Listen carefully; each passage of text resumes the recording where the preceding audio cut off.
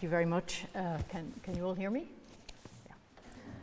I can think of nobody who'd prefer to be here than Neil McCullough himself to be doing this, so I'm really standing in his shoes. He would be very much relishing this debate and how he could play a part in it. And I hope you'll hear his words actually as I talk through some of the thoughts in his two books.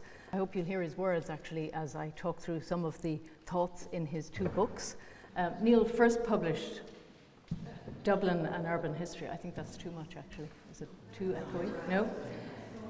In 1989, not so long after we'd published A Lost Tradition, when Dublin was really a very damaged place, he completely revised the text and the design and the images in 2007, which was 18 years later, to reflect the change in the city itself and as a response to the explosion of economy and society. And as a result of that, decayed fabric was being mined out of the city, extensive development had filled in the gaps, and he wrote, "The labyrinthine layers of meaning embedded in the city plan, itself an artifact, are vanishing without trace." That was 2007, and how much have we lost since then? Another 18 years on. So when the book set out to dissect the structure of the city, to create an understanding of overlapping buildings and development through Dublin's history, which shaped the city we've inherited, his was always the approach of an architect, a mix of idealism and pragmatism. And I love that he starts this book with an advertisement, and I quote, Stationers' Hall, Cork Hill, 1731.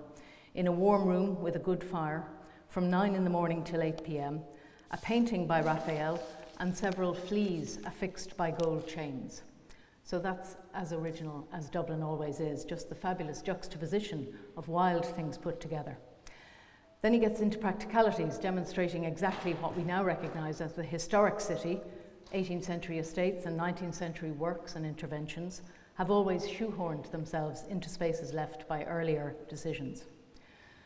When it came to writing Dublin Creation, Occupation, Destruction, he set out to write a different kind of book.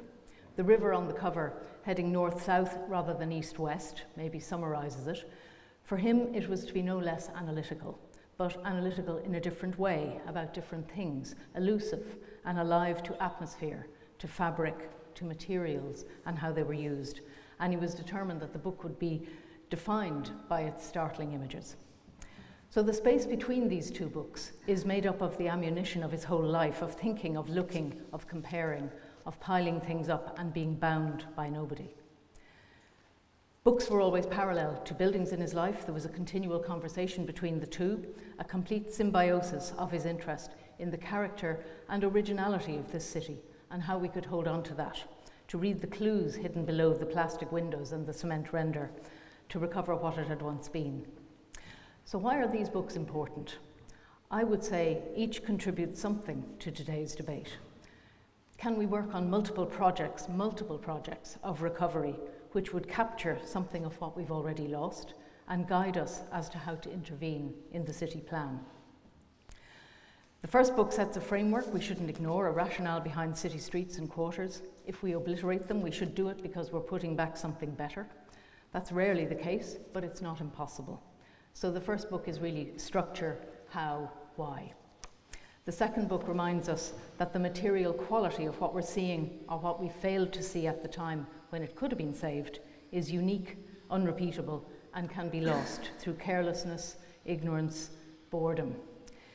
He carefully reconstructs lost spaces, sometimes whole quarters of the city, in much the way Joyce does in Ulysses, and like that book, you could recreate the quality of the city in your imagination by using these images. Sometimes the buildings are anonymous in themselves, but they're freighted with literary associations or historical events. So if many of these are gone, we have to fix on what's left as really significant. So the second book is really affinities, who, where. So Dublin and Urban History. In his introduction to the second edition, he said, Dublin was one of Europe's largest cities in the 18th century, but it's never really been studied for its potential contribution to the history of European urbanism. The book is first about its physical structure, an exploration of the city plan over time, how early marks of movement or ownership became a layered tissue of meaning.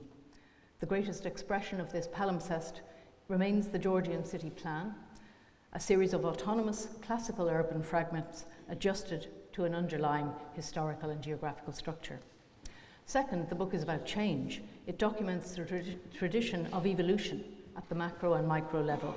So public space, axes, interventions at a large scale, continuity of scale and use, like Hogan Green becoming College Green. It's a series of linear axes rather than major urban spaces.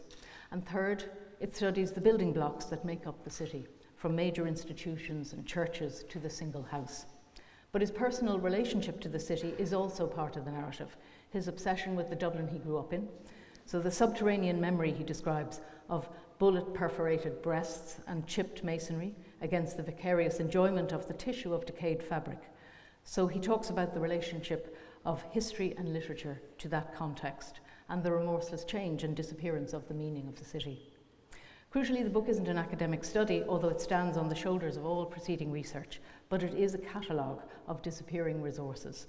It's something that's intended by underlying the weight of ideas in the city plan and fabric, and could inform debate about future directions and act as a design resource for work taking place within it, and that is still the case. So to make a few points about the structure of the city, to test out where we are now, I'll mention some of his observations on the moments of its urban growth. The real structure of the city, the junction of the Schlige from all over the country, in concert with maybe one or two centres, Auchlia at Thomas Street. I'll just point out some of these now. Oh, hang on. And also the Dublin, the Black Pool, and possibly an early Christian enclosure just around Danger Street. They're potent generative forms. And he identifies a place where these routes cross. And it's not where you think. It's not at the hill of Christchurch and the castle, the hinge of the Viking city. It's not at the Liffey, but it's at Cross Poddle, and I'll try and point that out here on this. It's right there. And this fundamental armature, he notes, has no protection or recognition in the city plan. And that's one of the very crucial points that this book makes, the persistence of the plan from earliest times on.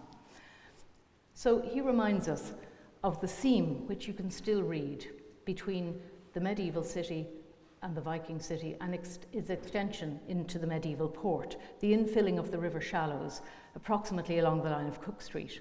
But when you look at a picture, an early photograph of St. Autumn's Arch, the gate in the original Viking North Wall, which became embedded in Cook Street, and compare it with what's there now, it's clear we've lost something in translation. It's not saying you have to hold everything in aspic, but through not tending to the weight and meaning of elements, their memory has been abandoned. Knowing where monuments are was important for now. You would think it's impossible for monuments to disappear, but that's not so at all. There were over 30 medieval cathedrals, churches and chapels. Only 3 of those now survive complete. I don't know if you can see on this map, but the place marked U, which is down here, St. Michael le Pole. Most people in this room would know of it, and not only is it gone, but there's absolutely nothing to indicate it was ever there. What if somebody had designed a beautiful and usable vertical tower as part of that scenography of the site? And so these medieval church towers are ones that are now left as fragments. The Reformation and the Tudors separate the medieval from the modern city. There's a change of religion. Here, there's a transfer of monastic lands, and that's very important because these lands tended to become the boundaries of the future Georgian estates. So this is St. Thomas Court, made over into a fashionable Jacobean mansion.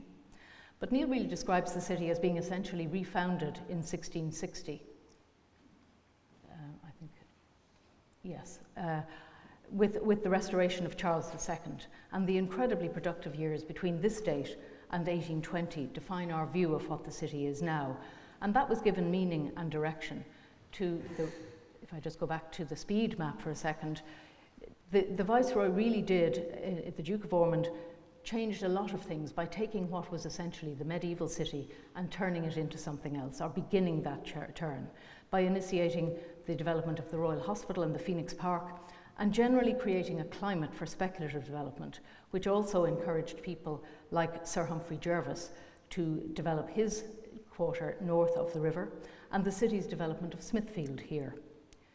So each quarter of the city in the book is meticulously analysed, starting with the north side here in Smithfield, which was an initiative of the city itself, And on the sloblands between high and low tides, the quays began to be developed as a coherent way of drawing the plan together. And this is Francis Place's drawing of Arran Quay.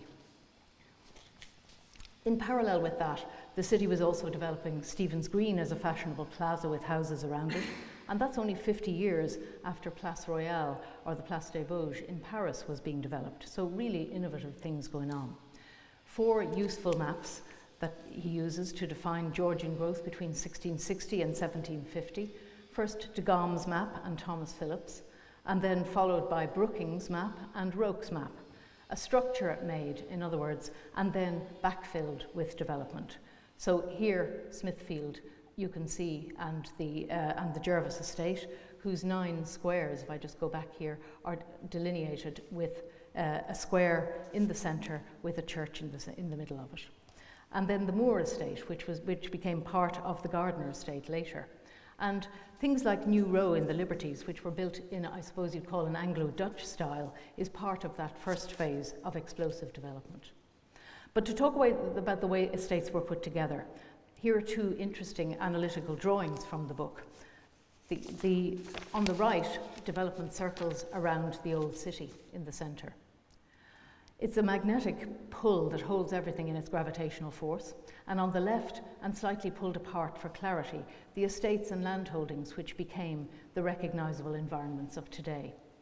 And his clear description of how estates were made is essential to an understanding of how the city maintained its loose uniformity, very different to Bath or Edinburgh, and it allowed it to make adjustment to existing features like the old city and the various monuments that existed. Leases maintained standards to a degree as to height and materials. And I quote, "There was a fine balance of financial risk and the existence of a 3-tiered hierarchy: landowner, speculator, lessee. Textbook operation required a landowner to lay out an urban quarter on his land with the help of a surveyor, and then lease plots on it with terms to building speculators for a number of years at a specific ground rent. Speculators, frequently master builders, and there was no stigma in this work, then built houses, usually 2 or 3 together, and sold them, lease and ground rent included, to a willing public who held them for the time specified. So the landowner acquired ground rent and the expectation of the endless renewal of assets as the leases fell in. The builder had quick access to good sites at a cheap rate, and the lessee was offered choice and a flexibility unusual even today. So that's a few clues for us all, I suppose.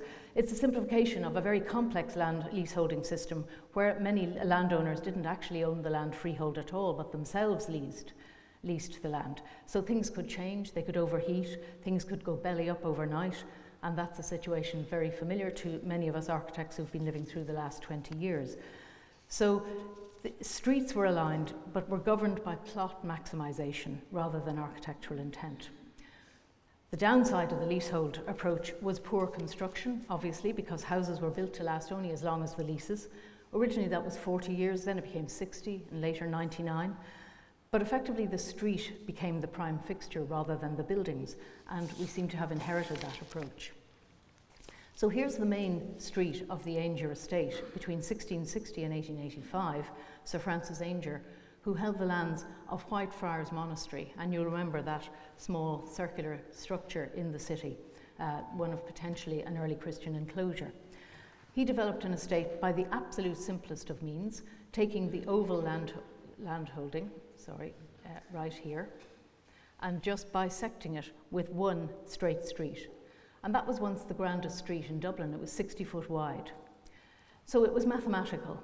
It was profitable. It was plots first, architecture later. And that's not so different to now. But they managed a lot of coherence. And then the book continues with the developments east of the city: Stephen's Green, Dame Street, Temple Bar, the lands of Tib and Tom, the Dawson and the Molesworth estate. And these early 18th century developments in small pockets like this, it's like the building we now work in, which is Molesworth Street, and this building in Fenian Street, which actually predates the houses on Merrion Square. And this is one of our projects of recovery. This first picture is from 1953, when it was a fully functioning tenement house with a general store on the ground floor, photographed by Neville Johnson, an English artist who worked in Dublin for a time and who was brilliantly funded by the Arts Council to record Dublin's people and places in photographs, a hugely important record. This is the near derelict condition of the building which we took over in 2017 for a client. It looks completely gone, and this is it now in its final completion, which Neil never fully saw. And we built a building at the back which funded what was going on at the front. And those tiny fragments, I think, are really worthy of our attention and recovery. And then you move on to the scale and grandeur of the Gardiner and the Fitzwilliam estates, the ambitious plan here of the Gardiner estate, gathering roots in and through and resolving them in a flourish with the circus up at the top here, which was, of course, never built. But it was a question of putting parcels of land together and making development lots out of them, much as developers do today. So this is Mountjoy Square, but the wonderful architectural brilliance of this is that offset that you see as you come up the top of Gardiner Street. So pulling, as the architect did, the gesture of the buildings forward to close the corner as the street processes up the hill. It's a really distinctive urban gesture of huge ambition and subtlety. And then the less elaborate Merrion Square, laid out by James Ensor as a long rectangle. From a very urban point of view, it's a very important street and square, as we know, but isn't it interesting that it just misses the axis of Kildare House, now Leinster House, which had been set out earlier. And finally, how all these partial fragments were connected by the work of the Wide Streets Commissioners, who over an extended period of time, with vision and drive, made the city that we now understand. Here is the cutting through to derive an appropriate place for the Custom House, making Beresford Place right here around the Custom House. And then developing corners and terminations that work in exactly the same way as Haussmann did in Paris. So in other words, these are like sutures for the cuts and sometimes brutal improvements that were made by cutting through medieval and later fabric. But when you make a new facade of quality and integrity, the damage seems somehow much mitigated. And the long elevations of uniformity and height and agreement of values, I think it's possible we can learn a lot from this. The coherence and understanding and tidying up after an intervention is what they mainly did. So this is, for example, Christchurch to St. Patrick's to Christchurch and to the Quays. And what they did was to cut a series of streets that went down, but as they cut things off, they made new facades, which really have given us that kind of coherence and really strong interventions into the medieval fabric. And then the final section in that book is Neil's analysis of the house, building block of the city. And this is a typological study of many house types. There's just a few of them here. There's thousands of them at home, bits of biro drafted on bits of paper as he went about his work. But he analysed hundreds of houses, fronts, backs, sides, surveyed them from rooftop to basement. And while public buildings and monuments can often be their focus, his real interest is in documenting and describing the ingenuity of the various plan forms.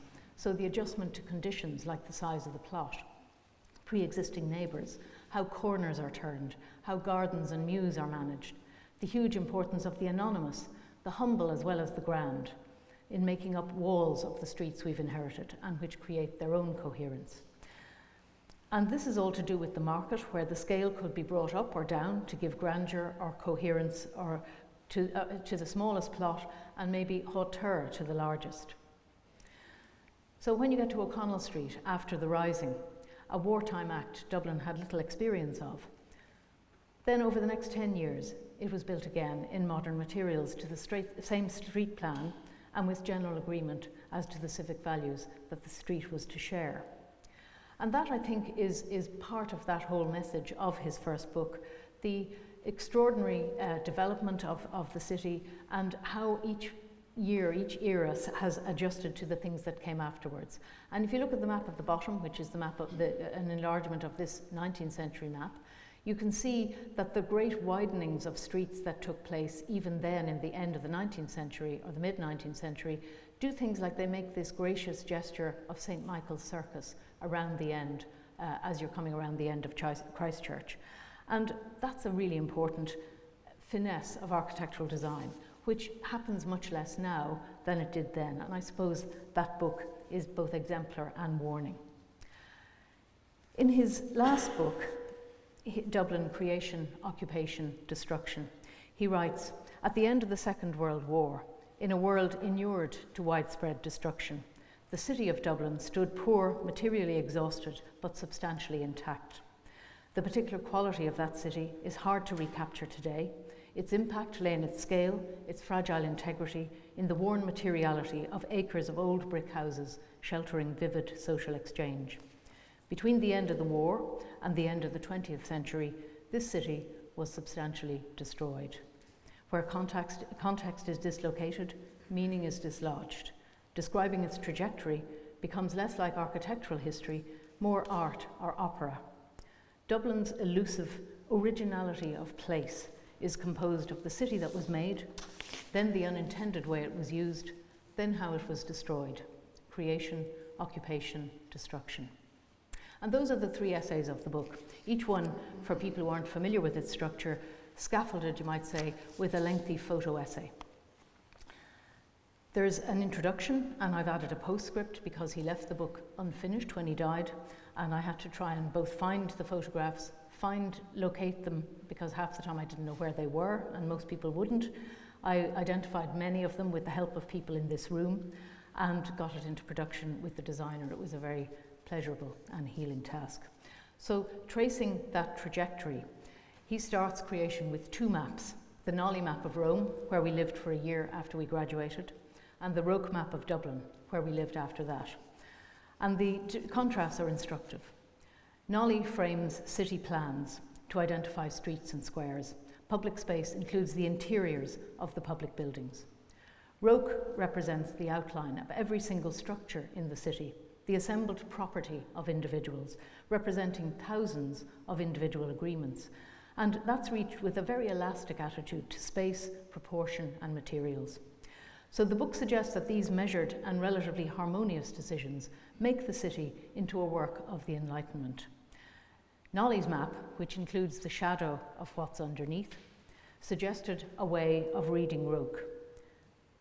The Nolly map has the archaeology of the city, visible in a sort of floating sea of urbanity.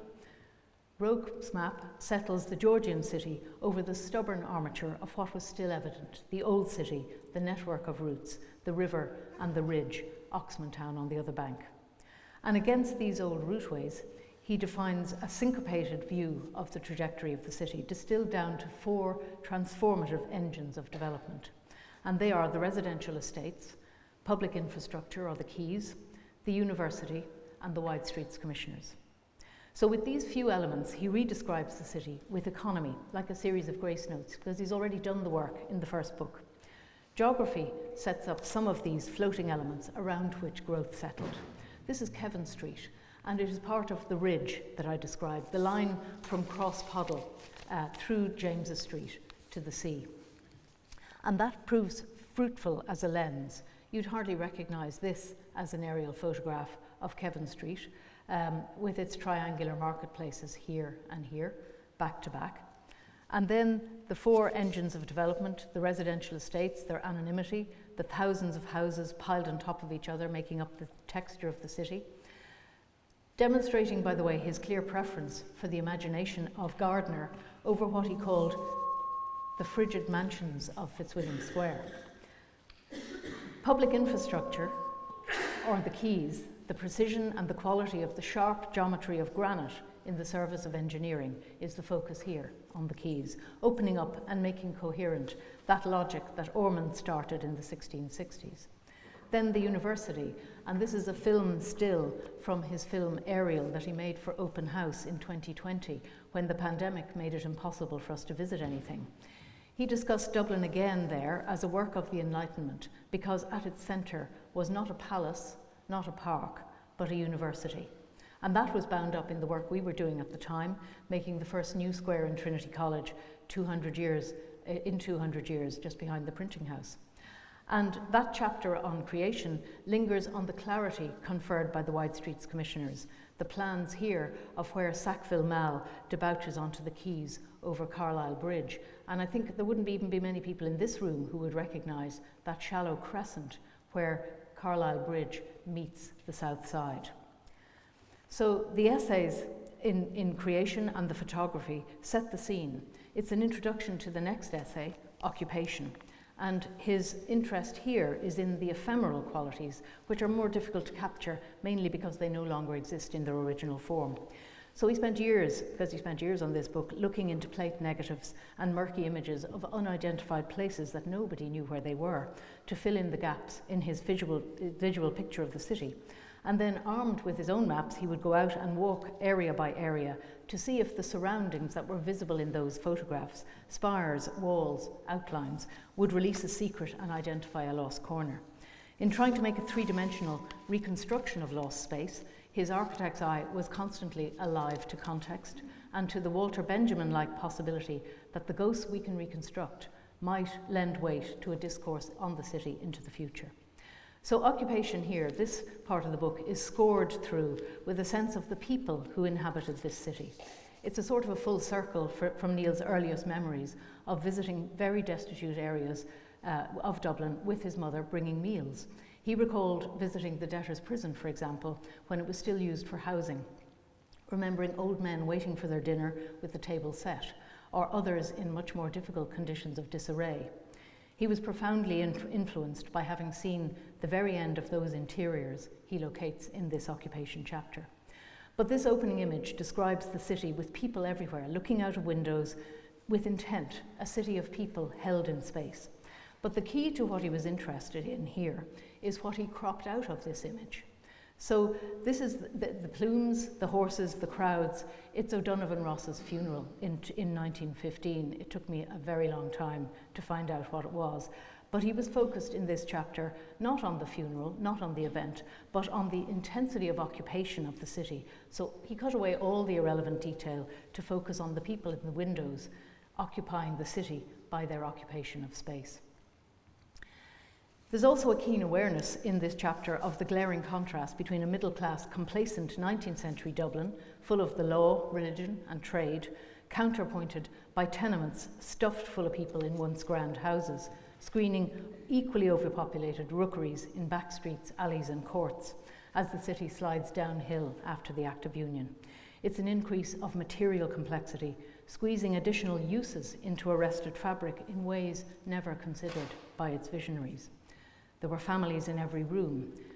Everything was let and sublet. There was little sanitation, little maintenance. This is 44 York Street, the stairs, the parallel world of the slums, which was exacerbated, of course, after the famine, with people pouring in from the countryside looking for anywhere to live and work. So there are dirty yards of photographs full of children and washing, photographed as a phenomenon, sharpening further as fine houses on streets and squares are abandoned and let out by the room to increasing numbers of people.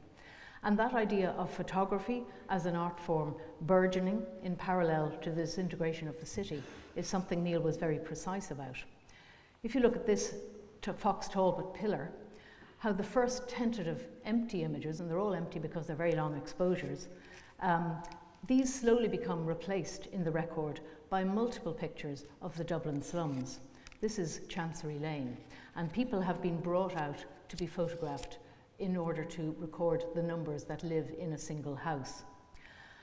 This is an amazing idea, the obvious comparison with Naples, a beautiful bay, an exhausted city, jammed with people, but it was celebrated by the likes of Dickens visiting Dublin, and I quote, heartily recommending, "To all lovers of picturesque Catholicity, by no means to omit a walk in the Coombe." And that really is the equivalent of slum tourism today. The materiality of these photographs tell an analogous story. Stairs being worn down to knots in the timber, layers of paint and wallpaper holding it all together. He's as astounded by the statistics as he's interested in the expressions of people taken out of their houses and photographed. There could be hundreds of people living on a street. It's documented with extraordinary clarity by Jacinta Prunty in her book on the Dublin slums. He's also fascinated by the backdrop to their lives, the clocks, the bedsteads, equally alive to the aesthetic qualities of these spare, minimal, scuffed surfaces and broken fragments. This is Cuff Street staircase on the left, and in Fitzgibbon Street, bird cages fixed to classical columns. Again, it's the juxtaposition, it's like Raphael and the Fleas. And the city was also a container for celebration as well as habitation. This is full, not empty, and many images he put together are just humming with life. This is people acting together for the Eucharistic Congress in 1933, and here's a picture of O'Connell Bridge, absolutely jam-packed with people, and again, very hard to find out what event this was, but I did eventually. It's the night Ireland was declared a republic in 1949. So again, it's people occupying space. People write from what they know, and literature as a source was very potent for this book. Sheridan Le Fanu's novels, among others, gave Neil reliable and intriguing evidence of the imaginative and useful cutting about to repurpose brick walls and hack about rooms all over the city all the time. House in a Churchyard mentions a house on Blind Quay, and I quote, "A dusty, dreary, wainscoted old house, indeed 2 houses intermarried, with doors broken through the partition walls, the floors not of a level, joined by steps up and down, and having 3 great staircases." So Neil was constantly alive to the palimpsest and intervention that those kind of books described, whether in the imagination or in a photographic plate, like this one of Lipton's to-be department store on Dame Street, having huge windows carved into its facade, which of course speaks of a desperate yearning for modernity, for change, and you can see the people in this hoarding looking through the hoarding just to see what the hell is going on. Or this insurance map from about 1906, which gives a fascinating picture of how Dublin was beginning to assess fire risk in areas of entertainment, like the Empire Palace Theatre, which is now the Olympia, right there. Think of Paris at the same time, or 20 years previously, the renditions of people out enjoying themselves in paintings by, say, Renoir. Despite their poverty and difficult circumstances, the joy of it, the music halls, the theatres, speaking of an urban population of limited means, but capacity for much enjoyment. So occupation is an essay in how spaces form and reform, how they wear down until they wear out, but how they retain a sense of themselves and manage, in defiance of physics, to contain a multiplicity of lives and uses, and we should value that. Moving to the last chapter, and quoting, "Dublin was destroyed with furious intent in the 1960s and 70s, with a gradually slowing rate thereafter, like the pattern of a rainstorm." So that was a long process with no one exact cause. Slum clearance caused honourable but unfortunate casualties to so much built fabric in the early years of this state, but other factors beyond the need to rehouse people, like war, the call for roads, a yearning for modernity that I've mentioned, a vindictive sense of otherness, of Georgian terraces as signifiers of a different sort of occupation, housing and danger, real or perceived, which is like the rainy spring that caused the collapse of a house in Fenian Street in June 1963, and as a result there happened the demolition of about 1,200 houses by Dublin Corporation, as people were sleeping in the streets out of terror, and even later again out of boredom or carelessness. But in this slide here, I remember Neil's absolute delight in discovering this extraordinary 1965 film clip of Anthony Burgess, who was a Joyce fanatic. He was surveying here in disbelief the actual ruins of number 7 Eccles Street. And the film that this was a film called Silence, Exile, Cunning, made by Jonathan Miller for the BBC. And it involved many libations and minor bribes to secure access to the building in 7 Eccles Street from the workmen who were taking the house apart. Joyce's real location for the fictional Bloom House has a double layering that Neil absolutely adored, the weight of meanings with no physical presence, but yet they register in the mind of the city. And this is now gone, with only fragments installed in various houses in North Great George's Street. War, in fact, was a comparatively minor earlier player. This image was taken in the aftermath of the Rising of May in 1916 with a knowing eye to its representational chaos by the antiquarian T.J. Westrop. For Neil, as an architect, these photographs are yet another fascinating way to study how the city's buildings were put together, and more interesting still, how they came apart under stress. The accuracy of firepower created complete ruin adjacent to fully intact window displays. But even this is, of course, beautiful, and he describes it like an experiment in the effect of metallic violence, like the ruined cities of Flanders.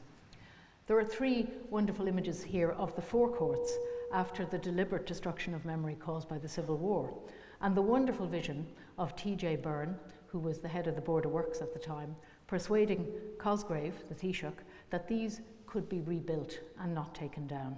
That was a remarkable, prescient and incredibly advanced exercise in reconstruction after warfare. And I wonder, are there lots of clues for us in where we go now? Roads, the Achilles heel of Dublin right through to the 1990s. Again, the urge to modernity, even as early as the last quarter of the 19th century, thinking big for large numbers of people traversing the city every day. Here, this is Bindon Blood Stoney's project from 1877, doubling the width of O'Connell or Carlisle Bridge. And it's symptomatic of a desire to sweep away tiny things, to have a grand, simple, silver bullet answer to any problem. Not much has changed. There is an unwillingness today to deal successfully with the small-boned grain of the existing city. Hence the manufacture of yet more government agencies to deal with the housing crisis.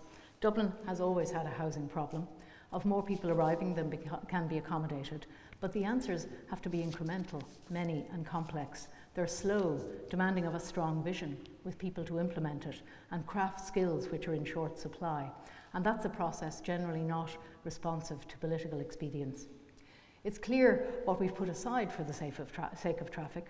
On the left, this is an image of Wormwood Gate, where the medieval city connected to the roads coming in from the west. And then on the right, the Google map, which just has to put a pin because the whole space of the Wormwood Gate has disappeared.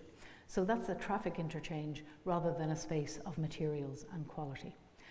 But there were always people interested. Sorry, I've just lost my track here for a minute. Yes, in 1958, in Dominic Street, there's the poignant and tragic images of demolition brick by brick, with an exodus of people and prams, giving Dublin the air of post-war Berlin. They're akin to a description of Sebald's natural history of destruction. And you can see these images here, absolutely extraordinary. Or people like Paddy Healy, photographer, who used to record buildings before and after. He'd record them before they were taken down, and then afterwards. That's Great Longford Street, the last two Dutch billies in the city. It's disappointing there's still not anything like enough protection for buildings that we can't appreciate yet because they're covered with cement and mortar and bad windows. Eleanor Wiltshire, another great photographer with an eye to juxtaposition, interested in recording the outrageous destruction of fabric. And she wasn't unique in this. It was happening to great streets and small streets at the same time. And I'll rush now because I'm finishing up. A fascinating account of site assembly, the CPO map for the civic offices. When you see what went from the beautiful corporation yard, and then the really enigmatic oddness of the structure above it, which is Hackett's Racket Court. I can't tell you any more about it than that, but it's absolutely fascinating. But then the inevitable destruction of the Viking city underneath it. How on earth was there such a possibility of making civic offices in the wrong place, despite all our marches? By the 70s and 80s, Dublin was a city of flying shores. And in the records of the Dangerous Buildings Department of Dublin Corporation are a sure indication that whatever was photographed was demolished. And you can actually reconstruct these streets from the record. And Neil, here in this image, has put together a load of those pictures to record what Dorset Street was. And he returns to Dorset Street and York Street indeed again and again. This is Dorset Street with a plank in it. And this is very much about the public realm beginning to invade the private space of houses and streets. Or it's very opposite, excluding people by blocking up the windows and doors, the soul of the street. And you can see when that happens what results. And this image, just when places are inhabited, the difference between them and what you see in that image there. People to the left of the door. This is 4 Dominic Street, which is incidentally and completely typically the birthplace of Arthur Griffith, now gone, unrecognised.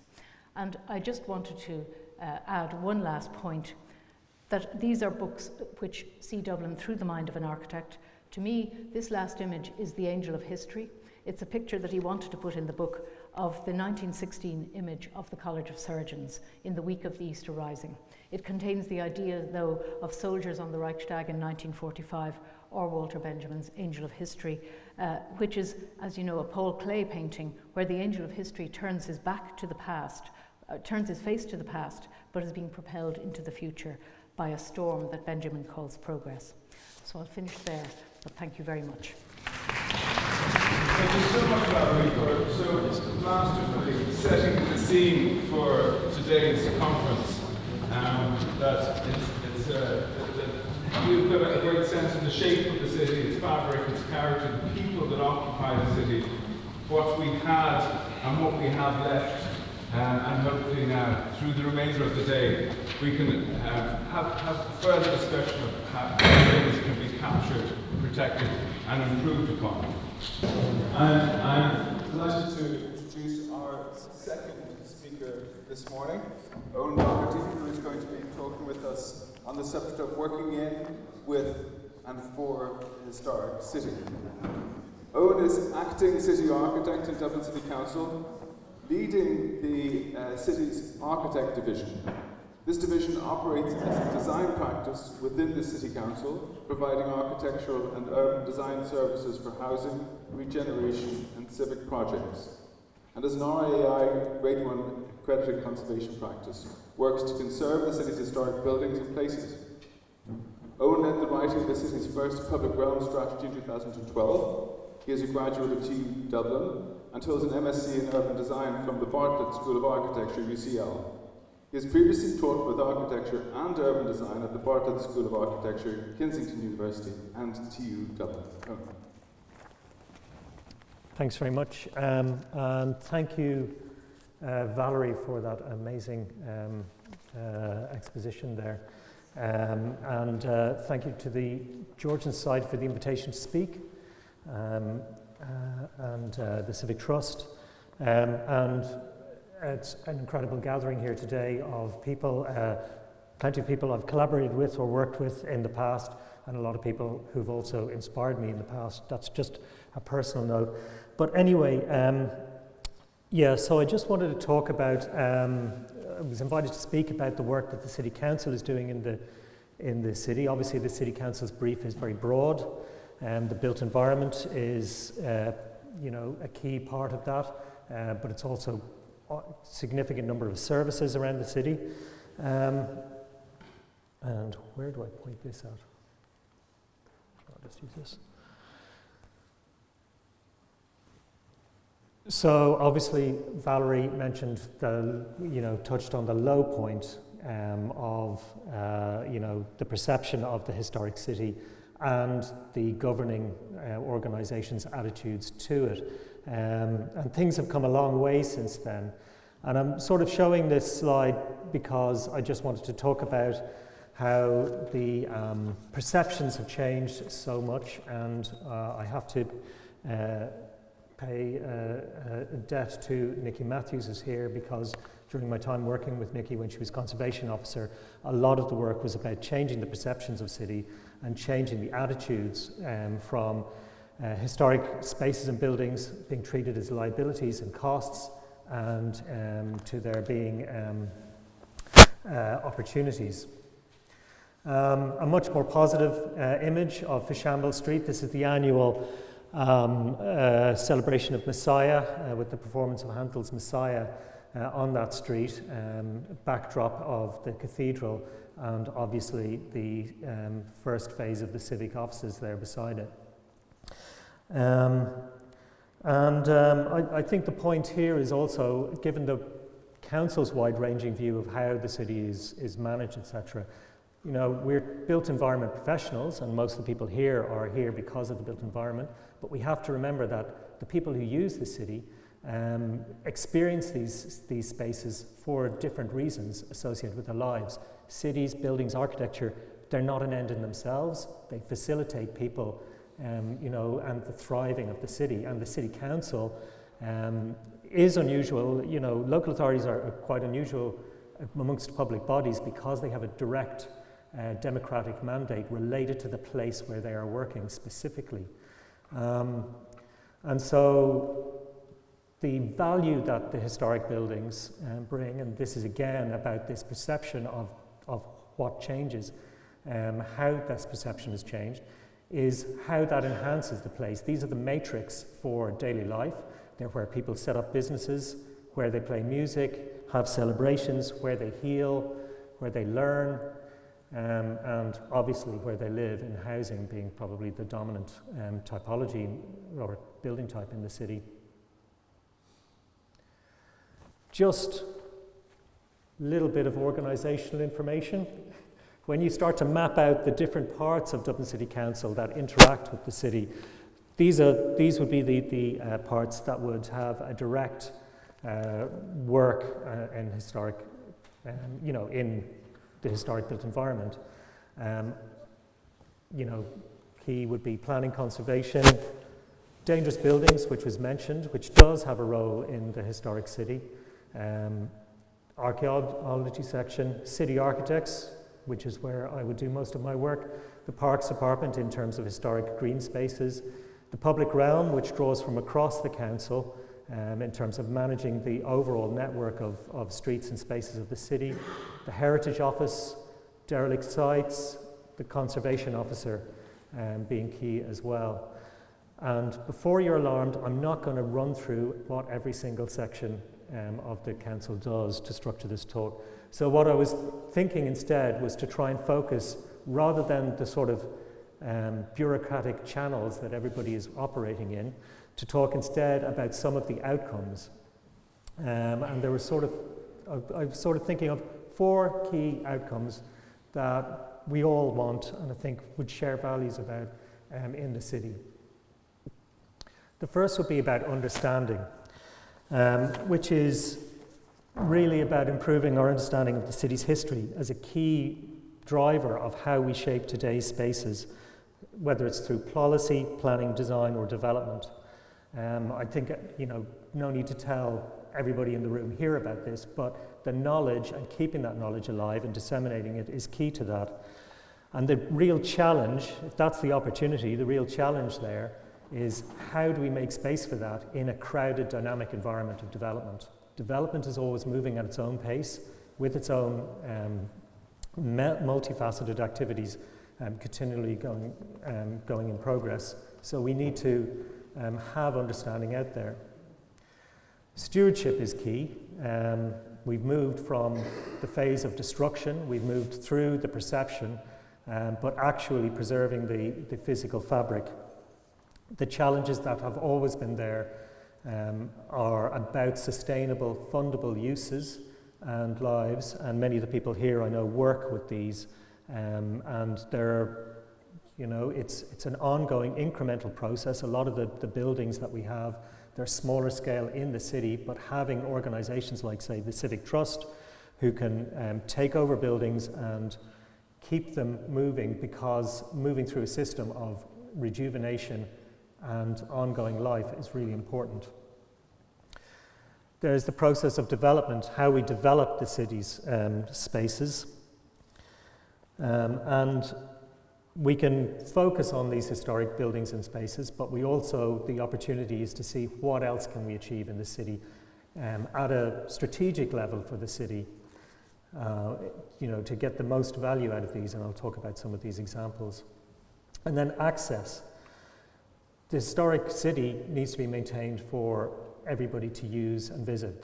The most obvious thing is about its public spaces, which are just the way most people will experience the architecture of the city, the streets and the squares. And most of the interior spaces of the cities are privatized, but the public spaces are how we understand these. And we are learning the importance and value of places, shared places where people can gather. So first of all, some of the recent works on understanding. This is a reconstruction of St. John's Priory. Oh, lost the old mic. Sorry, I'll just hold it. St. John's Priory, which was commissioned by the archaeology section under Dr. Ruth Johnson. And it's in the area which you'd all be familiar with. This is now IMA and the RHK. And it's on the elevated ridge along the Schley Moor, heading into the city, an extremely strategic location in the city, controlling the western approaches. It also incorporated lands across the river. It was a hugely powerful settlement. And you can see here the Cammock and the crossing into Kilmainham, and actually mill activity here, which continues in the structures to today. So the early origins of these uses that are still maintained today and can be seen. So this is really important work in terms of helping to visualize these for people. And taking again, this is a project which was led by Nikki as the conservation officer some years back, and I'm mentioning it going back a bit because the Ainger estate, which Valerie mentioned, and the priory enclosure from it, is a really identifiable space in the city centre. Everybody knows it. But somehow was this oasis of neglect with a lot of development happening around it. And the work that Nikki and her colleagues did in terms of uncovering hidden stories, hidden architectures, finding a new typology that was previously unknown, uncovering the archaeology of how the street elevations developed. I think people come to the city, they think that these streets were originally just terraces of shops with homes over, whereas actually they were originally freestanding buildings, and picking apart how they were incrementally infilled to create the relatively uniform street walls we have today. And other local heritage, though, such as this witching bottle for cursing people, which was just excavated within the site. But not just stopping there. This wasn't just about a pure exercise in understanding and uncovering. This was about getting the local community and businesses and stakeholders in the area, such as the Whitefriar Church, the local funeral home, local school, all participating in this. And the question was, how can you take this and bring this into everyday development to help a social and economic regeneration of this historic area of the city? This is the public realm strategy is currently being drafted for the city. It is now long overdue. But this is an extract from the first one, which was in 2012, and taking some of the things that you might recognize, very small there, but the original early settlements and the original pathways through the city was a key part of setting out the rationale for hierarchies of streets in the policy. So this document was an action under the development plan, and it was probably the first time that the city's network of streets were mapped in a way where the hierarchy was not really engineering-led as a transport or movement function, but instead about its social and cultural value. These are the streets that are important to the people. The reason why the two key primary corridors are what's known as the civic spine, referred to in the policy parlance, running from Christchurch along by College Green and then up O'Connell Street to Parnell Square, and the Liffey corridor. So those they aren't standing out the strongest because of their transport routes. They're standing out because these are the things that people orientate themselves by in the city, and it gives a rationale to how we see the spaces. And of course the 5 garden squares of the Georgian squares highlighted as key places as well. And I'll be coming back to a hierarchy of spaces was also set out, with College Green there identified as number 1. The remarkable work done by Shaffrey's at number 14 Henrietta Street, I think is a hugely important piece of experiencing the building, where the building is telling you the story itself. So to be able to create a place that has that layered history within it, of different states of the building's historic condition, different stages, different reconstructions, the reconstruction of the actual flat there, but the different states of decay. I was familiar with this building from a long time ago, and it was, coming to the council, hugely important. It was great to see when the council had acquired it in order to start preserving it. But really getting buildings to be able to tell them, for the public, to be able to tell their own stories, it's just a remarkable design achievement. In terms of stewardship, the council obviously this is about maintaining the building itself. The council is maintaining its own properties, and that would be the work closest to home for us. And I see Margaret, who is a key person in leading the current works in the Mansion House, is here. So the Mansion House is a national monument, and work there is always ongoing and incremental. It's also a live, busy public building. It is the home to Lord Mayors. There are very narrow windows when you can actually achieve works.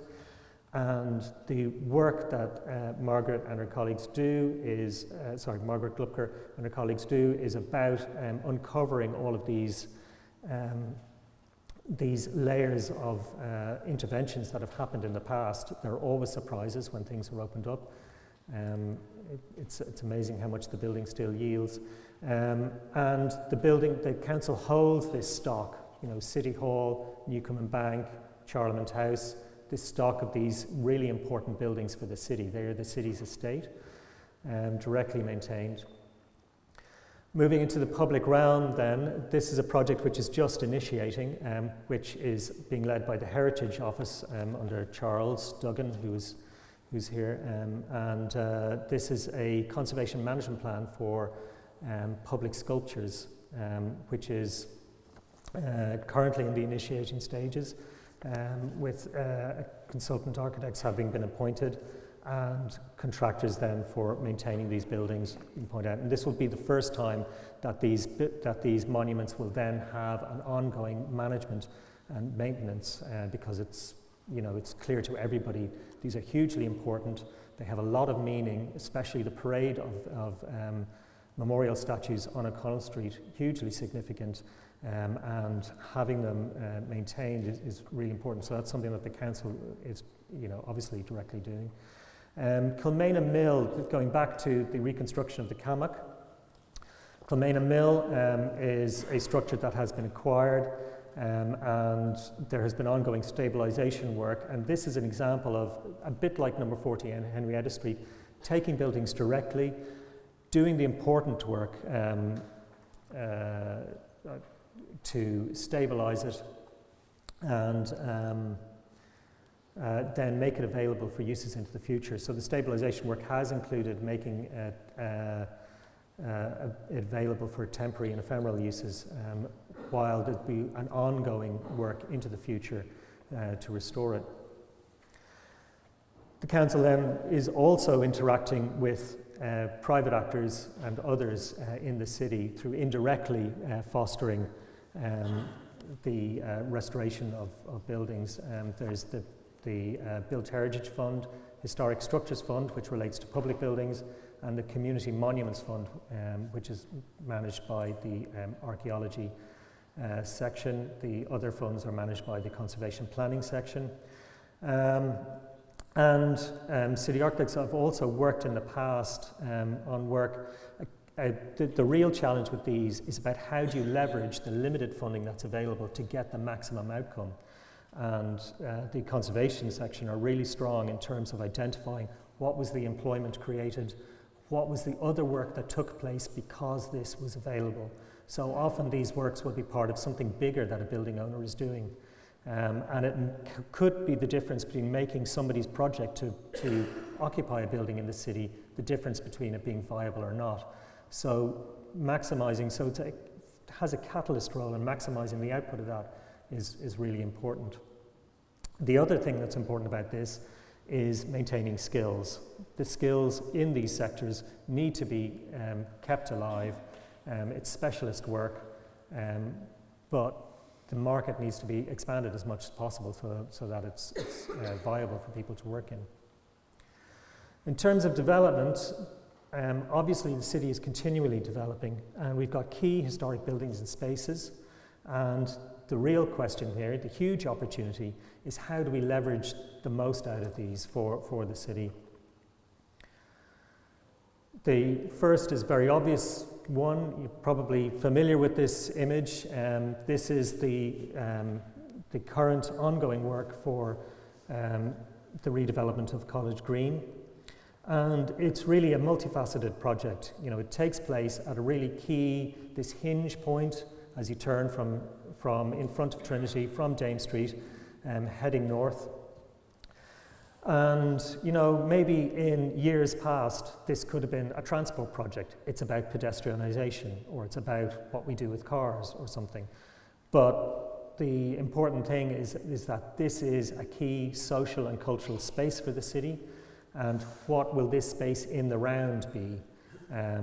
You know, the assemblage of buildings, making the space so that you can actually appreciate the assemblage of buildings that are enclosing it.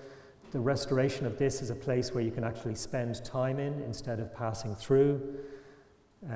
The alignments where you can, again, with following, I suppose, from the Wide Streets Commissioner, being able to appreciate viewpoints that are just not able to be appreciated currently because of the busyness of the traffic. So that project, obviously, there was a first iteration of this. A lot has unlocked in the intervening years. A lot of understandings of public space are coming out of COVID has changed and enabled a change, and obviously reorganisation of bus connects is a huge issue there, and that has enabled this to be then continue forward as a project. The council is now starting work on the fruit and vegetable market off Capel Street. Cotter Nason's architects have designed the overall building with extending spaces to the south of it to take advantage of disused yards and the southern entrance to the building. And the really important thing about this, again, getting back to what can this do, is that if you look at the location of the city markets in the city, it's at the end of this long Henry Street axis. So at one end you'll have the more commercial sort of department store, fashion type of activities at the O'Connell Street end, hugely important.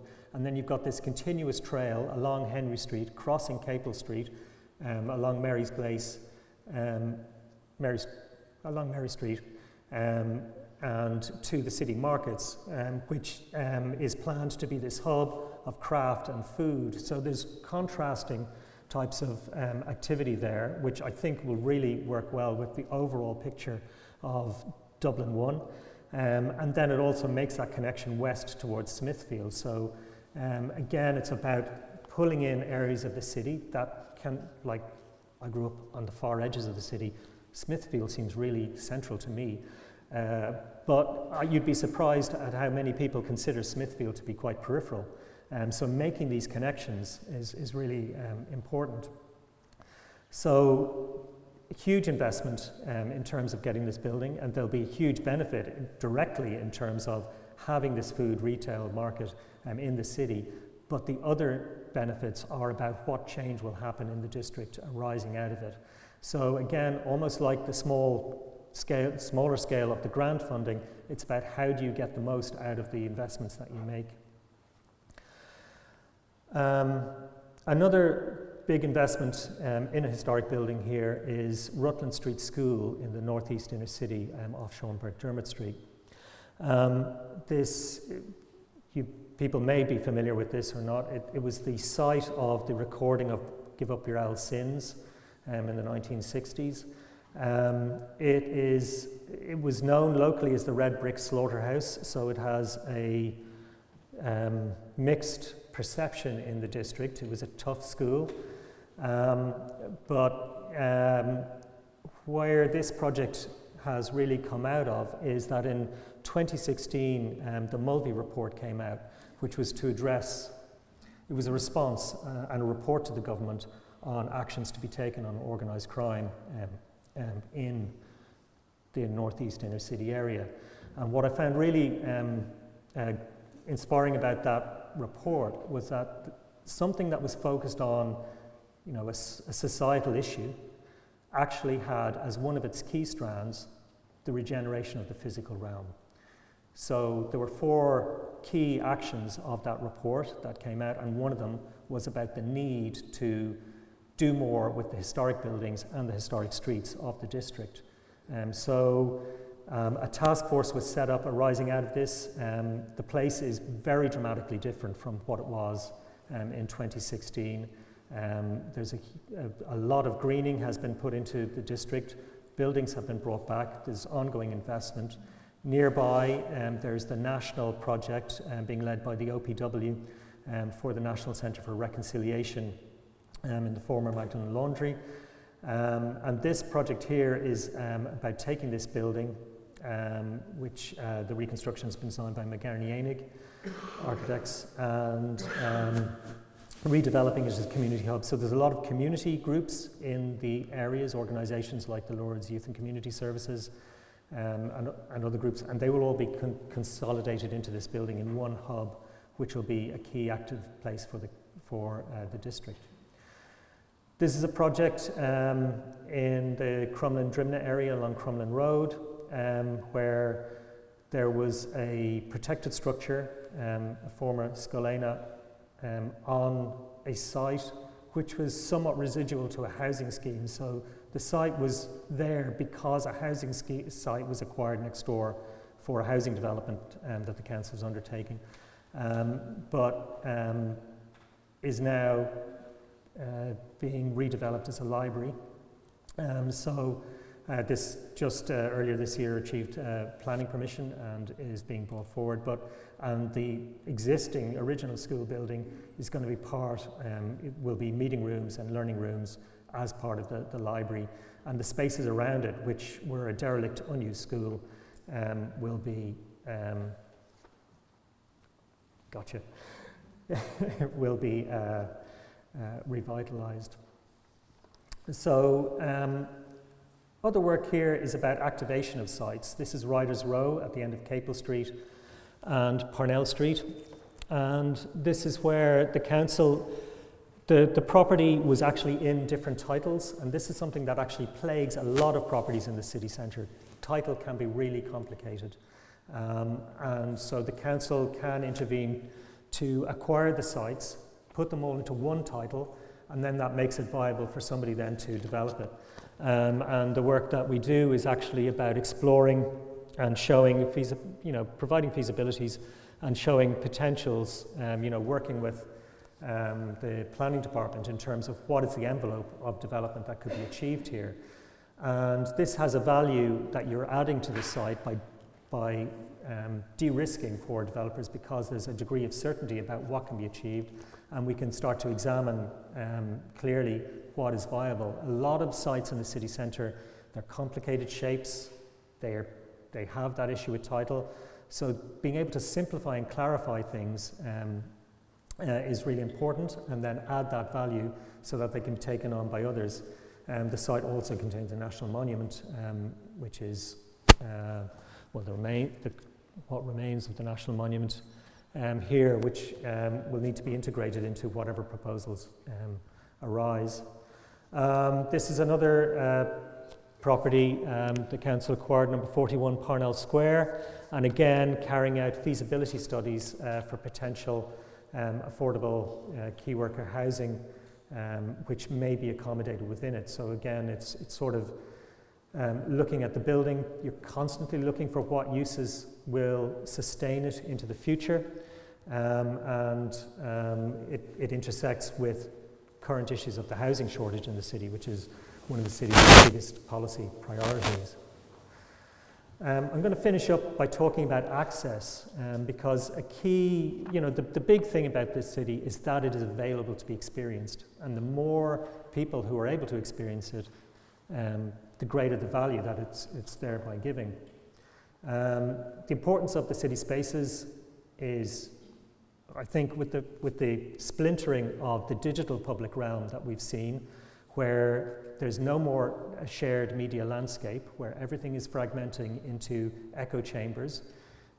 Public spaces as places that people can meet, experience others together, hugely important. So that's a big part of the public spaces in the city. But aside from that, there's the everyday access to the city, which is hugely important. The COVID crisis really unlocked a lot about how we use city spaces. Suddenly things that appeared impossible before that suddenly were doable. And a completely changed attitude, a changed public attitude in terms of where people want to spend their time. I mean, the sight of people just out here, all of the young people, even though the pubs were closed, the way they appreciated the street was really important. So the work, this here is what you might call tactical urbanism, which arose out of really almost directly out of the COVID pandemic. And this is the former, this is Capel Street, formerly filled with cars. When I was studying, this had 2 lanes of traffic, reduced to 1, but with 2 lanes of parking. Overwhelming public support for its pedestrianisation. The street has always been in a state of transition. The businesses are dynamic. The picture of the businesses continually changes. But a lot of the businesses that are there now require and appreciate public space. And then the greening that has been put in, some of it where possible goes into the ground, where not possible goes into large containers that can sustain themselves. And you can see how people are, it was extremely quiet but at the start, but it's now really fully occupied during weekdays. South Anne Street, the South Anne Street network is just started on site.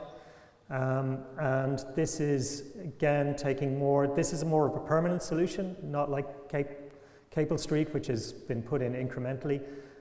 This is a long-standing project, which is the next phase of the Grafton Street quarter. So the work done around Chatham Street, Clarendon Row, etc. was the first part. The project started with Grafton Street itself in 2013.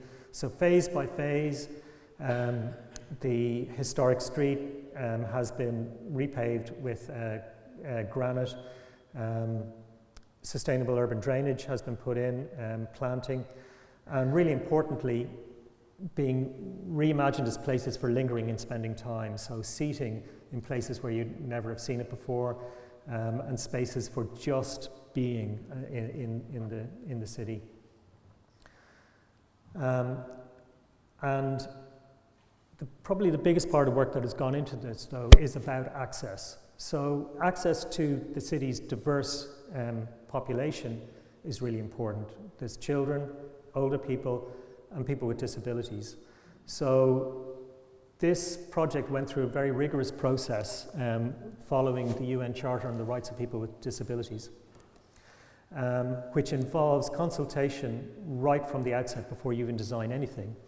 And the Charter sets out that any interventions, any public investments that will affect people with disabilities must be consulted sufficiently with them. So that involved, first of all, the pre-design consultations about the general approach to things and getting an understanding. All of the material, all of the digital material and physical material was produced in accessible formats that people with different abilities could understand. So for example there, that's a tactile model which we have used on this and actually on other projects as well. Direct review of materials. And then, obviously, to come in this case, post-project consultation, so that we're continually learning. And the important thing there is that this is not just a consultation process. The designs are better because we actually went through this process. And designs in the future, I think, what has happened with having to manage access in older buildings, the change in attitudes there over time, people can see that more accessible buildings are better for everybody. And this is Cahill Brewer Street, which is currently going just off O'Connell Street. One of my favourite small spaces in the city. And this is currently going through that same process as well, because we've got a long-standing chain of projects down through Cahill Brewer Street, Cathedral Street, all those side streets connecting Marlborough Street and O'Connell Street on an ongoing basis. So I suppose that's it. I'm done. And I would just leave you, I suppose, the last outcome, and again, thank you for this day, because this is part of it, is about inspiration. about inspiring change going forward. And the work that people in this room do in terms of that is hugely important to the future of the city as it develops and will continue to grow.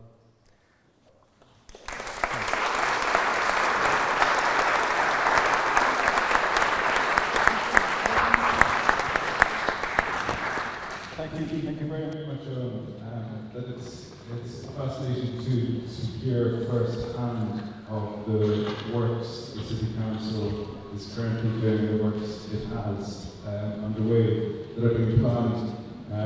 That I very much look forward to seeing what's achieved with the fruit and vegetable market, with the Nail Mill.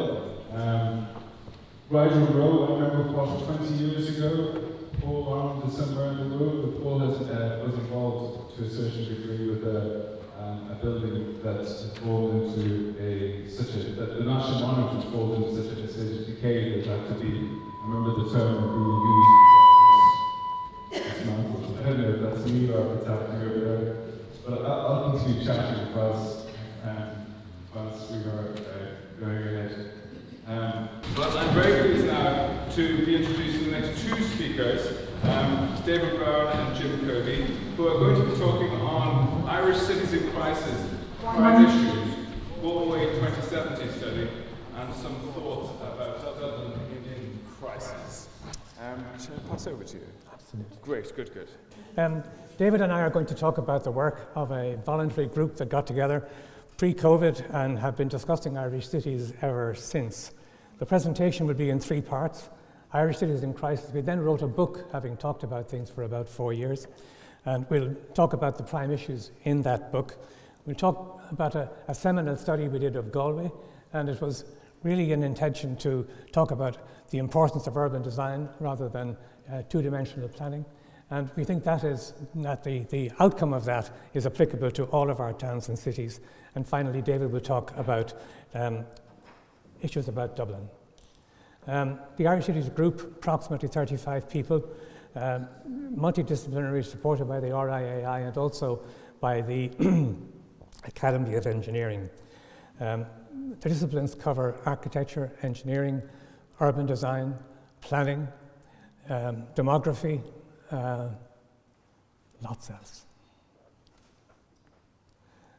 Been talking since about 2020, primarily about how we go about making change in cities, but also how to implement those changes.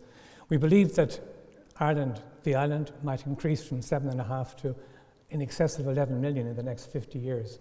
And if it is, we need good cities in which to place those people if we're going to attract them at all. We also talk in our book and in our kind of conversations about models for city centres and densification of suburbs, and how our cities might grow, most of all, how our cities might grow compactly. We need to recognise that we have a crisis as far as urban development is concerned. Valerie talked about the manner in which the medieval, but then largely the planned city of the 18th and 19th centuries happened. Our system does not work. We do believe that our planning system cannot provide, in its current form, the needed guidance for that kind of development, which we think could be really, truly radical. National and urban infrastructure, we all know, is in great difficulty. We've underestimated population growth for the last approximately 15 years. We need to plan big, not in terms of knocking things down, but planning for all of the aspects of our urban future. And most of all, I think we need a coordinated national plan. The people of Copenhagen have a very clear view of what their city is about. The five-finger plan has guided them since about the mid-1940s. It remains current today. The relationship with nature, the relationship with the sea, the importance of public transport, the way in which the individual fingers have developed along transport routes, all those things are key to people's understanding. They know what they're going to have. We need to respond very firmly to climate change. All of our 5 cities are on coastal locations and subject to coastal and fluvial flooding in the future. We need to densify our suburbs and provide a city of short distances and get away from the kind of suburban miasma that has spread on the edges of all of our cities. And to guide all of this, we need training and research. Many people here will remember on Ferris Forborough It disappeared. We do need that kind of central view of what urban research we need to do and have it carried out. Transformative city planning and urban design can be delivered, we think, by dismantling the silos in local, regional, and throughout governance we have silos. We need to redraw the regions to approximately give 700,000 people to each of those and a city at its core. We need leadership to guide our local authorities and our regional authorities. They simply don't have the resources at the moment. And most of all, rather than building suburbs, we need to build neighbourhoods and communities. Public transport and the routes for that must be clearly established and held open, and we need first-class sustainable architecture to complement good urban planning. Housing for the future. Well, we need approximately 62,000 dwellings to be built per year for the next 10 years. We need to build apartments rather than houses. We need increased state involvement in the planning and urban design and infrastructure. In Vienna, approximately 60% of all the dwellings in the city are in some way subsidized or aided by the public purse.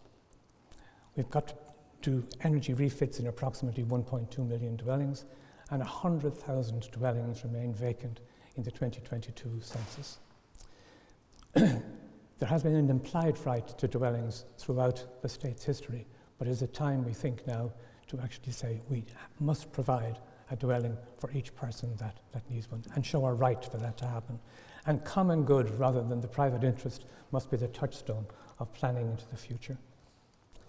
So we need a paradigm shift. I won't go through the first points here, but we are at a tipping point, we believe, and we need to future-proof Ireland into its future. If we are going to have approximately half as many people more in 50 years' time than we have living on the island today, we need to plan it, design it, and build it. Common good as the touchstone, and this idea of a visionary national plan, something which people can really understand, that citizenry throughout the country can really understand. Much of this is in our book. The first book we did was approximately 650 pages. The reduced version, available online through the RIAI website, is noted here and available to everybody free. Galway was taken as our kind of focus project to kind of prove or to establish the kind of ideas that we had about the future cities. In that, we looked at European exemplars. We looked at Galway City in 2070. We looked particularly at how we develop neighbourhoods and a touch of how it happens to the inner city. And we think the lessons from Galway can apply to all of our cities. Again, this is an approach. It's not a firm plan for Galway. Study of European exemplars was a large part of the ongoing work. We think that this is a description of what is possible, but it is, of course, something to be worked through in detail by the citizenry of Galway, by our regional authorities, and by our national government. Galway is a university city. It's got approximately 86,000 people. Of that, 25,000 are students. It's famous for its urban sprawl. It's famous also for being a very vital city. Galway has increased in population by a factor of 3 in 50 years. A factor of 3 in 50 years.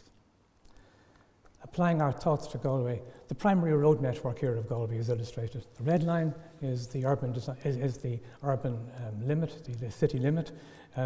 Within that, you can see in the middle, the grid squares here are approximately 1 kilometre by 1 kilometre.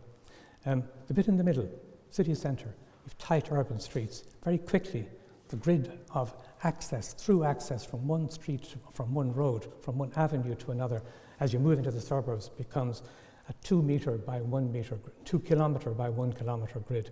This is simply not a city, it simply is a collection of suburbs strung out. And this is represented here by the density, the core in the middle, as you can see quite clearly, the river coming north-south, the sea on the front, the sea edges, this wonderful location that Galway has. And this grey area is just suburbs that go on and on, starting in Victorian times and continuing today.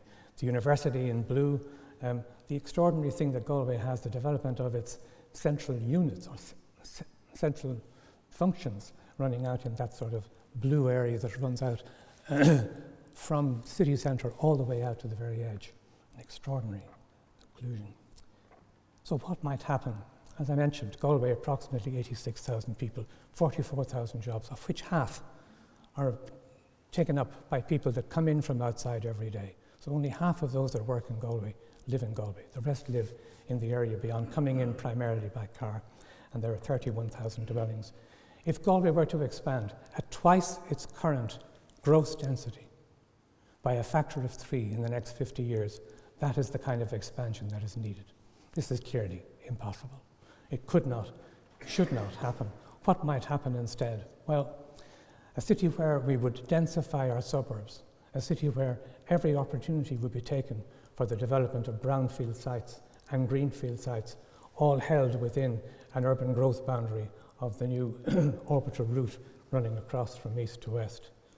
That city could barely grow outside its current limits and be occupied by 3 times the people. It would require that those areas that are shown here in the hatching, these are the greenfield and brownfield sites, will be developed at approximately 75 dwellings per hectare. That's approximately 4 times the current density of Galway.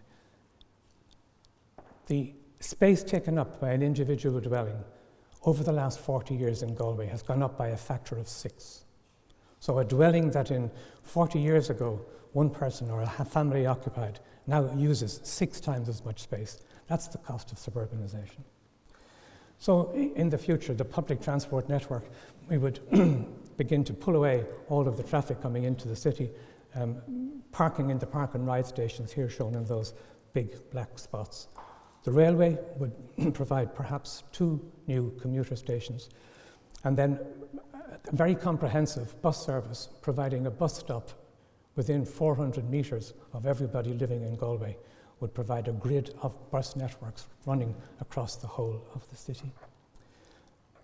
But active transport by walking, by cycling, taking a scooter, or taking public transport would be the primary means of movement through Galway if this densification we speak of could happen. So you have the orbital route across, you have the park and ride stations, and here we show a grid of secondary and tertiary streets and tree-lined streets that would eventually irrigate these suburban areas that are at the moment at such low density, allowing for pretty much all of Galway to double its density in any particular suburb. That's excluding the more dense development that could and should occur in the brownfield and greenfield sites. But of course, if you have 3 times as many people, if we now have 250,000 people rather than 85 or 86,000, we need extra green space. The relationship of the orbital route to the landscape outside it would first of all act as an urban growth boundary. The park and ride stations are those black spots, and then in association with each of these we would see major recreation centres which would use the green space beyond as its sort of primary driving characteristic. And within the city, new parks, green streets, and a very different approach. All of the 3 main dark green city parks expanded and connected much better to their hinterlands, and connected much better also to the river and to the sea. And to begin to develop community and neighbourhood, we found within Galway, we established approximately 41 of these neighbourhood centres, or neighbourhoods, character areas that currently have some definition of particularity. But if we were to densify all of this in the way we would like to, we would need to build approximately 27 new primary schools, 18 new post-primary schools, and 18 primary care centres as principal government interventions within these places. We think all of these should be located close together. Not every character area would have one of these, but it must be adjacent, close by to you. This is not easy. We're not talking here about a simple thing to do. This is very difficult, and you can imagine it requires a kind of planning that we simply do not do at the moment, a kind of urban design that we do not do either. And apart from those 41 centres that I mentioned, these would be the neighbourhood centres, approximately 8 larger centres. These would be district centres providing locations for hospitals, locations for secondary schools, etc. 8 of those, 4 on each side. This would give a kind of urban character and a kind of structure to Galway that currently is suburban once you leave the main core. And how might that kind of densification occur within an existing area? This is Renmore. And we removed access barriers between particular parts of Renmore, one from the next. Then looking at corner sites, looking at backlands, looking at green edges, and looking at infill sites, and looking at obsolescence over this 50-year period, we believe we can double the density of residential occupation in Renmore in that period of time without really changing the aspect of the neighbourhood as people currently appreciate it. And these dark spaces are the kind of buildings that we are suggesting that might be distributed across the area. But obsolescence alone will mean that approximately 0.5% of dwellings each year become obsolete. So taken over 50 years, that will give you approximately 25% of this area will become obsolete and will itself contribute to the potential to densify. But if we do it, we have to plan it and we have to urban design it. And also there are green areas, current areas that are not occupied in Galway. This is the area directly below the railway line, between the railway line and the sea. And our suggestion is that this could be developed as 3 new urban villages, retaining all the current recreational uses that are in the area and linking each of those back up to major green spaces currently part of the city. And the kind of shape that might take is illustrated here and in 3 dimensions. I'm going to leave the inner city to David. Sorry, folks, Jim and I have been a double act for a few years, so. So looking at the inner city, Jim and I did a survey back in 21, and we had a good look around the city over several days, and it has a great use mix with a very vibrant tourism offer, as we all know. There is a need to revive its cultural offer. There are no significant development sites with the exception of all these car parks. There's an intact if faltering buildings and public realm, and a surprisingly low number of vacant upper stories. And it has great potential for a pedestrian dominant core area. What can we do with the city? Well, we think we could, because there are so few development sites around it, we think we can consolidate around the core. For example, how does this thing work? For example, the Headford Road area that we all know, with all these retail stores, could be consolidated into a 6 or 8 story neighbourhood, and there are plenty of other areas of potential.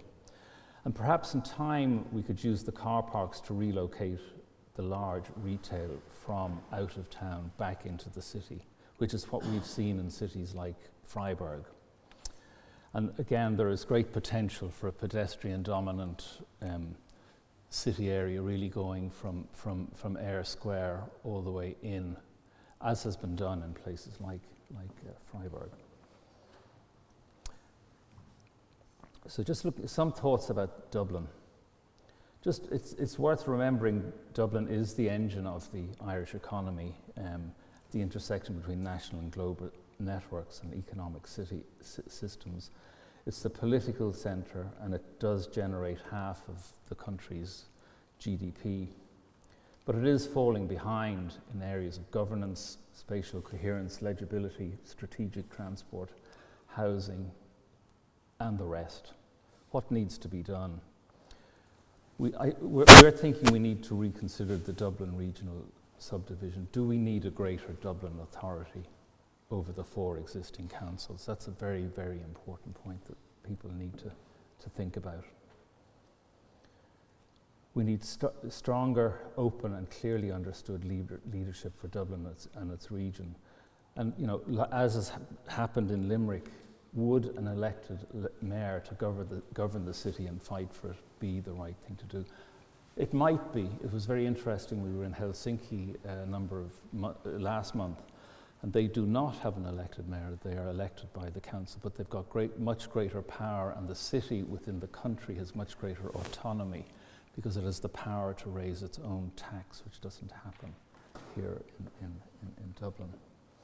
And then Jim has talked about better planning, mainstreaming 3D development, and then using the proposed new UDZ development plans, which would develop areas of the city in 3D to make it more coherent and to aid the planning process.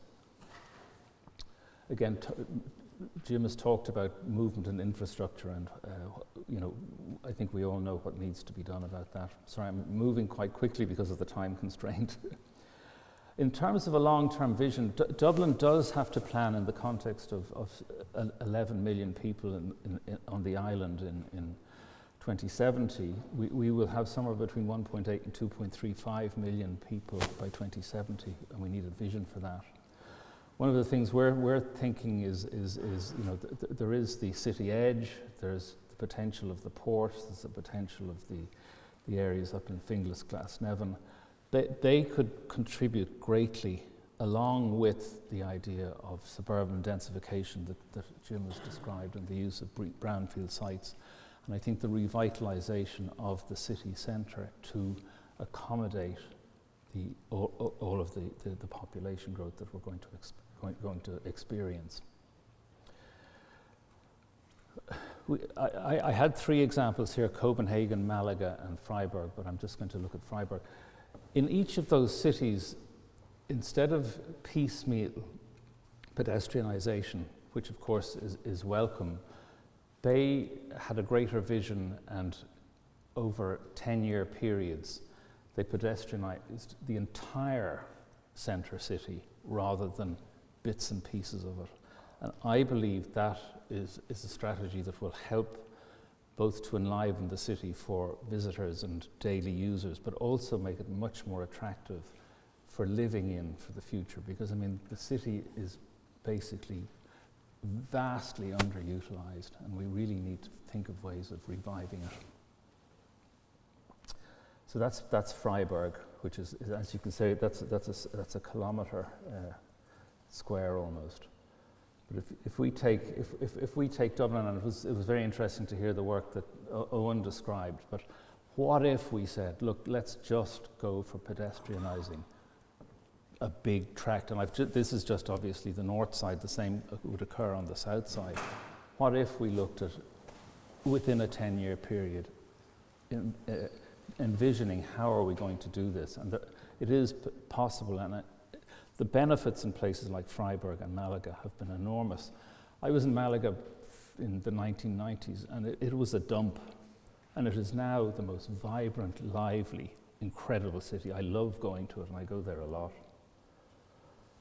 A few general points. I think we've talked about the design and quality of the public realm, reducing car dominance, healing fragmented public realm. We have a lot of work to do there. We have a lot of work in addressing our infrastructure shortcomings. And then the idea that we need to repurpose our mono-use neighbourhoods to encourage mixed-use development and revitalising our streets. This one is interesting. Different cities use either carrot or stick or a mixture of both to incentivise building owners to maintain their buildings. Berlin offers grants and low-interest loans for the restoration of historic buildings. On the other hand, Paris has stringent building codes and heritage protection laws which mandate regular maintenance with significant fines for non-compliance. Barcelona combines financial incentives with community engagement and funds neighbourhood improvements.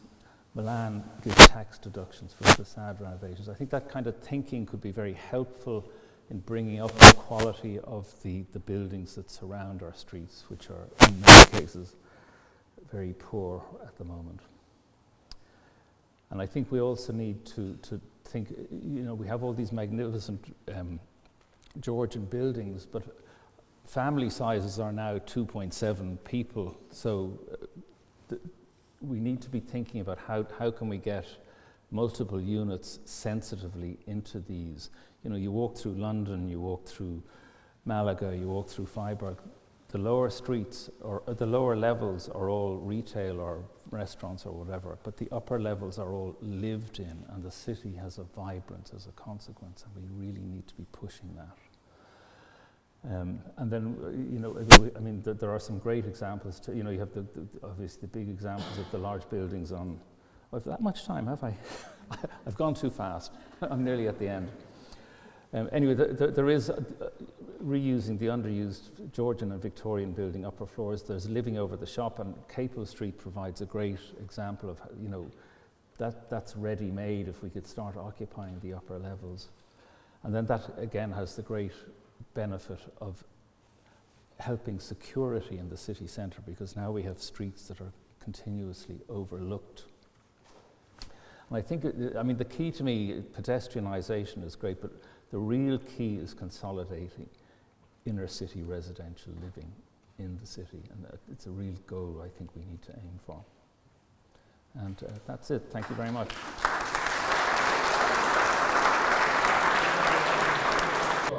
What we're going to do is we can take a few questions at this point in time, and then if we have further questions, we can move those to the end of the next session. So our speakers are all up at the front. Does anybody want to ask a question at this point in time? We're moving the mic here, we should hopefully not cause too much feedback. Great. Good morning. Thank you all for the interesting presentations. The earliest citation I could find for living above or over the shop is in the Irish Times in 1999. So something is something that's happening with such a great idea. So can we rehearse what those obstacles are and perhaps how they might be removed? I think cost is one of the big issues. It's the big issue. It's very hard to come in. I know from personal experience, my go for renovating. Is this open? Okay. I know from personal experience that my daughter we renovated has some square, and it certainly ate up a lot of money. I think we need to look at how can we incentivize both developers and owner-occupiers and tenants to come and live in the city. I know there's a lot of talk about not encouraging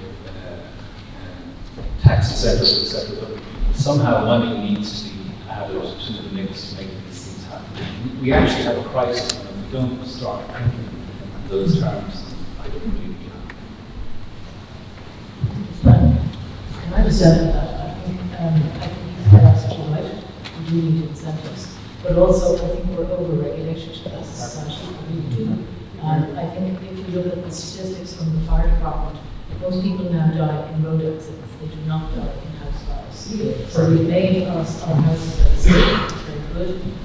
But I know from my own experience of working as an architect that to try and add, to try and say divide a house in Mountjoy Square, which we tried to do some time ago, into say an apartment or a series of apartments on each floor is very difficult because of the involvement of the fire department. And I think all of this is something where your help would be really valued to this, because I think we all went through this in the 80s about trying to get the fire departments to be more responsive, and we seem to be not going backwards, particularly in system.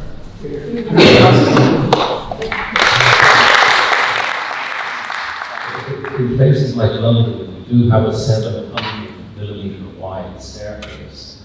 They would take a view that instead of making you take it out, we should put in extra fire detection and smoke detection and inspect it regularly to make it work. So there are ways of being proactive around these things. Sorry, good morning, Ian Chief Architect. On exactly the same topic, my belief is that, and I know that it was interesting to own with this circles of what happened in the City Council. Disabled access people were not mentioned on that, and fire department were not mentioned on that. And as Valerie just said, I mean, these are people that we run up against where things can't happen.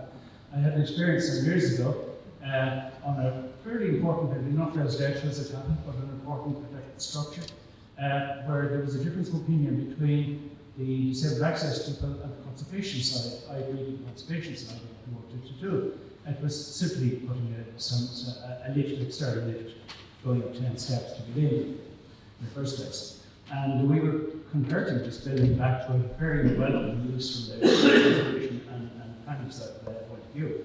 But I was refused a disabled access certificate by that side. And before we got to that point, I had said to them, could we maybe sit down and talk to conservation people, talk to yourself, talk to me, talk to our client, see what we can do. And I was told, and I quote exactly what I was told by the DAC people, we don't talk to those people, talk about the conservation people. Now, so long as people say they didn't do silence and don't talk to people and don't see themselves as part of the solution, they're going, no, very much. We really are not. What happened there? I ended up going to the Burkinaula. 6 months later, I got my DSC. 6 months later, we're lucky except people wouldn't talk to each other.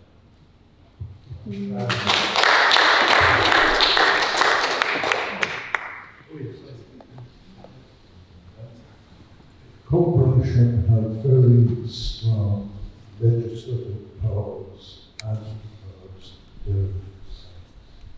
But they don't use them, and I don't know why. They should use them.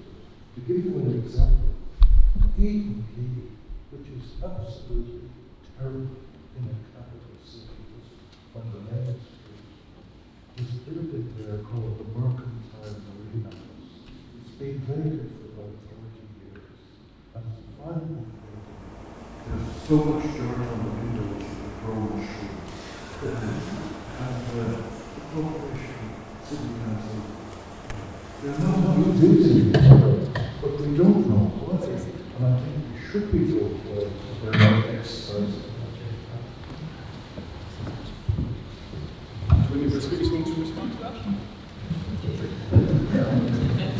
Okay. Well, without talking about specific cases, when disabled access came in, it was always a challenge about how buildings would be treated and historic buildings. There have to be, I don't know the question of communications between different sections, but no, it is important that where managed solutions can be used and it's appropriate, that they can be utilised. I do know that it can come down legislatively to, as was explained to me by the fire brigade, they actually have different legislations.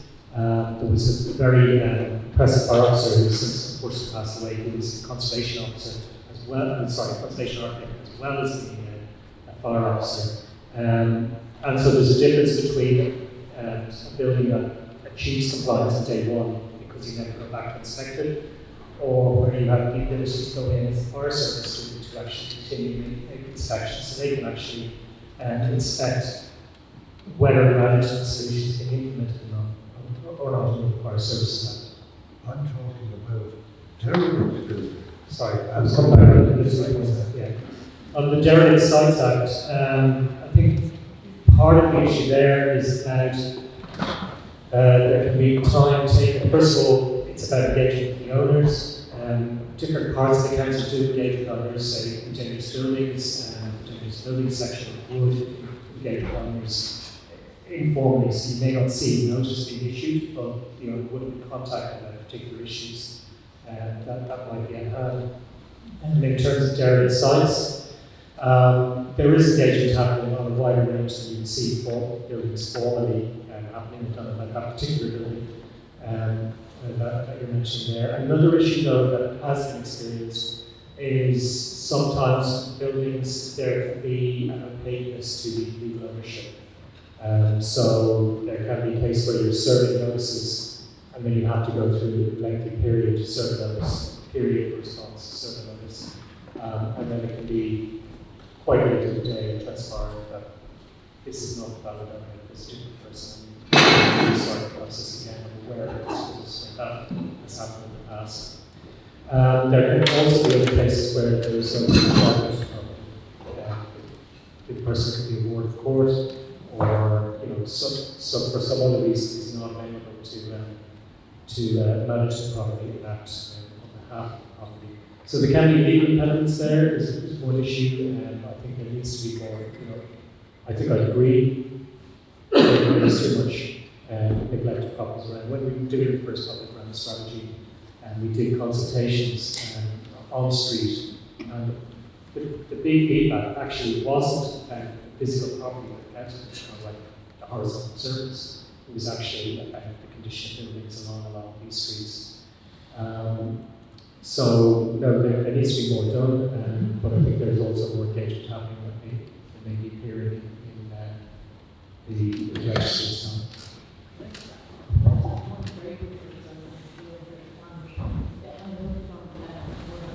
Can't hear you. Sorry, can you hear me now?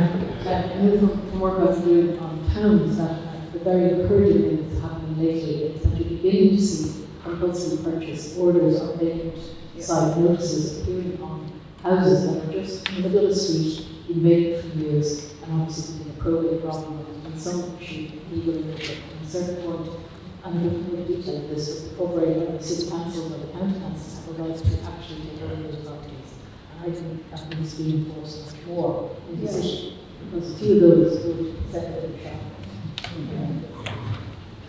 Yeah, just to say some of the examples that were actually cases when the council has taken over buildings which were derelict, and it's a CPO process, so number 14 which arrived at the council that way, number 41, Riders Row, so there's obviously a question of resources, but there are other councils around the country also who are very proactive in directly taking over. And then once you take over, obviously councils are going to visit what use they can make of these buildings. So it's going to be that how you get private investment to tomorrow. So again, that comes back to that question of sustainable funding. Who can get use to the building that was sustainable? It's quite a good example around the corner here. There's a building Susan Roundtree, who formerly worked in the council, and I think it's number 42 Ranger Street, and we did many iterations of feasibility studies of what can be done with this property. Eventually it's acquired and it's very successful. The business are looking to transport ground floor. It's a fully occupied understory building. So getting those kind of uses fund the restoration of the building. But that was a perfect example. Corner rise, we're heading northwards along Main Street, very prominent street location. So they do happen, but there's questions on resources, how often you can do this.